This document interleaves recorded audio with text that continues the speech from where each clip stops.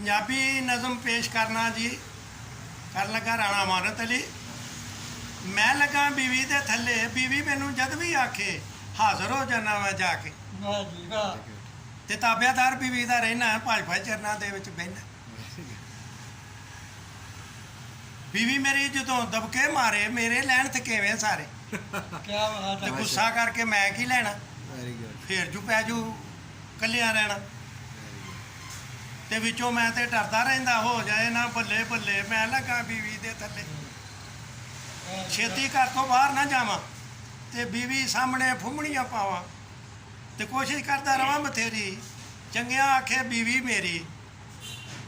ते आउंदियां रोब मेरे ते पाया बीवी मैनू थले लाया।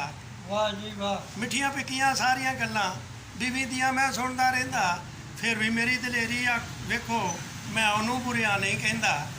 मेरा वक्त जे इदां लंघदा वाह जी वाह। ते बीवी अगे मैं नहीं खंघदा। हाँ जी, वाह जी भला मैं ਉਹਦਾ ਕੀ ਵਿਗਾੜਾ, ਹਰ ਵੇਲੇ ਮੈਨੂੰ ਪਾਉਂਦੀ ਝਾੜਾ। ਤੇ बीवी मेरी ਜਦੋਂ ਪੇਕੇ ਜਾਂਦੀ ਪੂਰਾ ਮਹੀਨਾ ਫੇਰ ਨਹੀਂ ਆਂਦੀ। वाह जी वाह। ਮੈਂ ਫਿਰ ਰਹਿਣਾ ਔਂਸੀਆਂ ਪਾਉਂਦਾ, ਮਾਂ ਪਿਓ ਨੂੰ ਨਹੀਂ ਸਮਝਾਉਂਦਾ। राणा वाह जी साहब वाह। ਮੈਂ ਫਿਰ ਰਹਿਣਾ ਔਂਸੀਆਂ ਪਾਉਂਦਾ ਤੇ ਮਾਂ ਪਿਓ ਨੂੰ ਨਹੀਂ ਸਮਝਾਉਂਦਾ। ਰੋਜ਼ ਮੇਰੇ ਨਾਲ ਆਟਾ ਲਾਉਂਦੀ ਤੇ ਰੋਬ ਮੇਰੇ ਤੇ ਐਵੇਂ ਪਾਉਂਦੀ। ਖਾਵੰਦ ਹੁੰਦਾ ਸਿਰ ਦਾ ਸਾਈਂ, ਰੱਬਾ ਇਹਨੂੰ ਤੂੰ ਸਮਝਾਈ। वाह जी वाह। बीवी ਨੂੰ ਆਖਾਂ ਅੜੀਏ ਆਪਸ ਵਿੱਚ ਨਾ ਦੋਵੇਂ ਲੜੀਏ।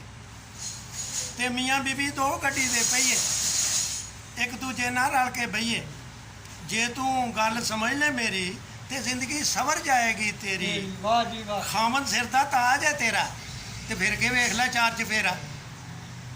ਤੇ ਇੱਜ਼ਤ ਦੇ ਨਾਲ ਜੀਣਾ ਸਿੱਖ ਲੈ, ਰਾਣੇ ਦੀ ਗੱਲ ਬੰਨ ਲਾ ਪੱਲੇ। ਮੈਂ ਲੱਗਾ ਬੀਵੀ ਦੇ ਥੱਲੇ। वाह जी वाह। वेरी गुड राणा साहब वेरी गुड।